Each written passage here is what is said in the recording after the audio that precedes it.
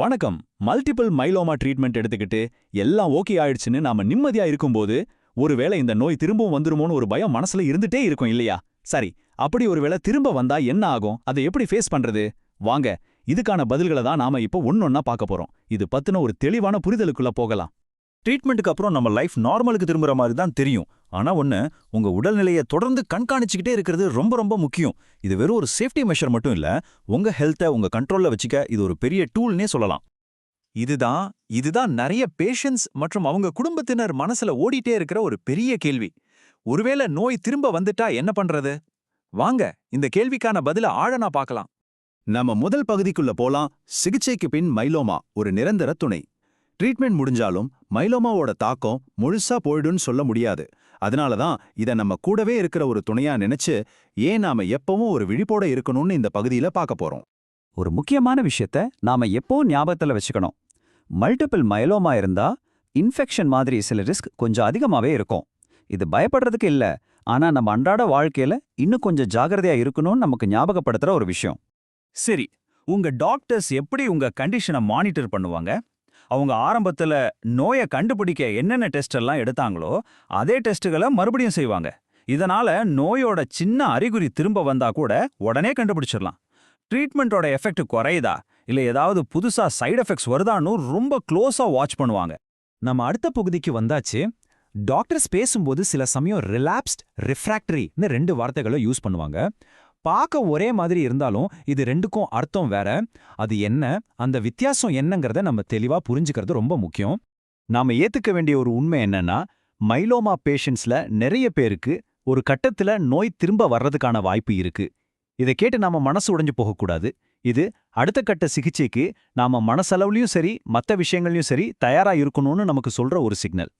சரி, இந்த 2 வார்த்தைக்கும் ஒரு முக்கியமான வித்தியாசம் இருக்கு. ரிலாப்ஸ்ட் மைலோமானா என்ன? ட்ரீட்மெண்ட் நல்லா வேலை செஞ்சு நோய் கண்ட்ரோலுக்கு வந்து கொஞ்ச நாள் கழிச்சு மறுபடியும் தலகாட்டுறது. ஆனா ரிஃப்ராக்டரி மைலோமா அப்படிங்கிறது நாம கொடுக்கிற ட்ரீட்மெண்ட்டுக்கு அது கொஞ்சம் கூட அசையாம இருக்கிறது, இல்லனா ட்ரீட்மெண்ட் முடிச்ச 60 நாளுக்குள்ளேயே மறுபடியும் அதிகமாகிறது. இந்த வித்தியாசத்தை நம்ம சரியா புரிஞ்சுக்கிட்டாதான் டாக்டர்ஸ் அடுத்த கட்டமா என்ன சிகிச்சை கொடுக்கலான்னு முடிவு பண்ண முடியும்.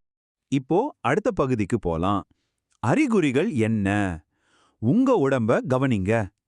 டாக்டர்ஸ் மானிட்டர் பண்றது ஒரு பக்கம் இருந்தாலும் உங்க உடம்புல நடக்கிற மாற்றங்களை உங்களை விட வேற யாரும் நல்ல உணர முடியாது. நோய் திரும்ப வர்றதுக்கான அறிகுறிகளை சீக்கிரமா கண்டுபிடிக்கிறதுல உங்க பங்கு ரொம்ப ரொம்ப வலுது. அப்போ மைலோமா திரும்ப வந்திருக்குங்கிறத எப்படி தெரிஞ்சுக்கிறது? என்னென்ன அறிகுறிகளை நாம கவனிக்கணும்? வாங்க, அத பத்தி பார்க்கலாம். இந்த அறிகுறிகள்ல கொஞ்சம் கவனம் தேவை.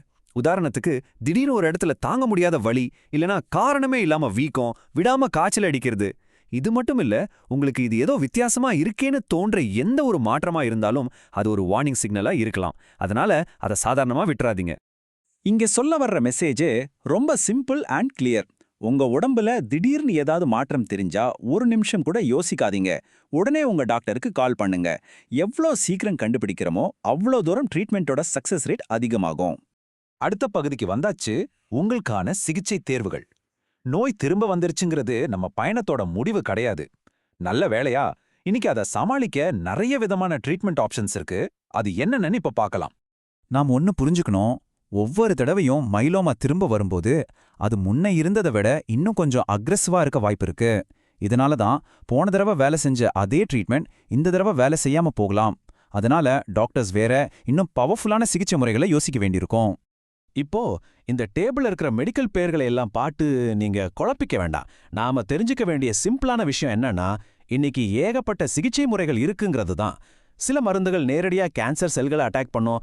இன்னும் சிலது என்ன பண்ணும்னா, நம்ம உடம்போட இம்யூன் சிஸ்டத்தையே தூண்டி விட்டு நீயே போய் சண்டை போடு அப்படின்னு சொல்லும். இது போக கீமோதெரப்பி மாதிரி பாரம்பரிய முறைகளும் இருக்கு. இதுல எது உங்களுக்கு பெஸ்டா இருக்குங்கிறத உங்க டாக்டர் தான் முடிவு பண்ணுவார்.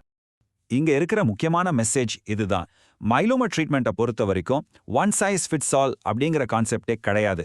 ஒவ்வொரு பேஷண்ட்டோட உடம்பும் நோயோட தன்மையும் வேற வேற. ஒருத்தருக்கு வேலை செய்யறது இன்னொருத்தருக்கு வேலை செய்யாம போகலாம். அதனால தான் உங்க ட்ரீட்மெண்ட் பிளான் உங்களுக்காகவே ஸ்பெஷலா டிசைன் செய்யப்படும். உங்க டாக்டர் எப்படி உங்களுக்கான சரியான ட்ரீட்மெண்ட் பிளானை உருவாக்குறாருன்னா அவங்க நிறைய விஷயங்களை யோசிப்பாங்க. நோயோட தீவிரம் எப்படி இருக்கு, இதுக்கு முன்னாடி நீங்க என்ன ட்ரீட்மெண்ட் எடுத்தீங்க, அந்த ட்ரீட்மெண்ட் எவ்வளோ நாள் உங்களுக்கு கை கொடுத்துச்சு, இந்த மாதிரி எல்லா தகவலையும் வச்சு தான் உங்களுக்கான அடுத்த கட்ட சிகிச்சையை அவங்க முடிவு பண்ணுவாங்க. நம்ம கடைசி பகுதிக்கு வந்துட்டோம். உங்க பங்கு என்ன? இந்த மொத்த ட்ரீட்மெண்ட் பயணத்துல டாக்டர்ஸ் மருந்து மாத்திரையெல்லாம் ஒரு பக்கம் இருந்தாலும் இதுல ஹீரோ நீங்க தான். இந்த மொத்த ப்ராசஸ்லயும் நீங்க எப்படி ஆக்டிவா இருக்கலாம்னு இப்போ பேசலாம். இந்த விளக்கத்தோட இறுதியில உங்களுக்கு வெறும் தகவல்களை மட்டும் கொடுக்க நாங்க விரும்பல, ஒரு முக்கியமான விஷயத்தை யோசிக்க வைக்க விரும்புறோம். உங்க ஹெல்த் விஷயத்துல நீங்க வெறும் ஒரு பார்வையாளர் கிடையாது, நீங்க தான் முக்கிய ஆள். அடுத்த தடவை உங்க டாக்டரை பார்க்கும்போது தயங்காம கேளுங்க, எனக்கு எது பெஸ்டான அடுத்த ஸ்டெப்? உங்க கேள்விகள் தான் உங்க ஆரோக்கிய பயணத்தோட திசையை முடிவு பண்ணும். உங்க குரல் ரொம்ப முக்கியம்.